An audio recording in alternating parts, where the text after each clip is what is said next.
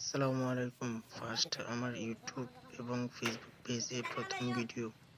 আমার এই ভিডিওতে যদি কোনো ভুল হয় তাহলে ক্ষমা দৃষ্টিতে দেখবেন। আলহামদুলিল্লাহ, আমি টিমের পোলটি জিতেছি। 1200 মুরগির ঘর করতে কত টাকা খরচ হতে পারে তা আপনাদেরকে একটা ধারণা দিতেছি।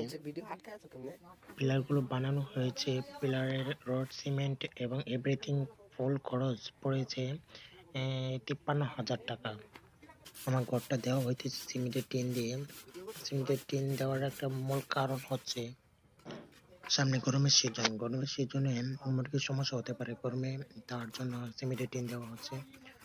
যে জায়গায় ঘরটা করা হচ্ছে ওই জায়গায় কোনো আশেপাশে কোনো গাছপালা নাই বড়, তা ছায়া পড়বে না, তার জন্য সিমেন্টের টিন দেওয়া হচ্ছে মূল কারণ।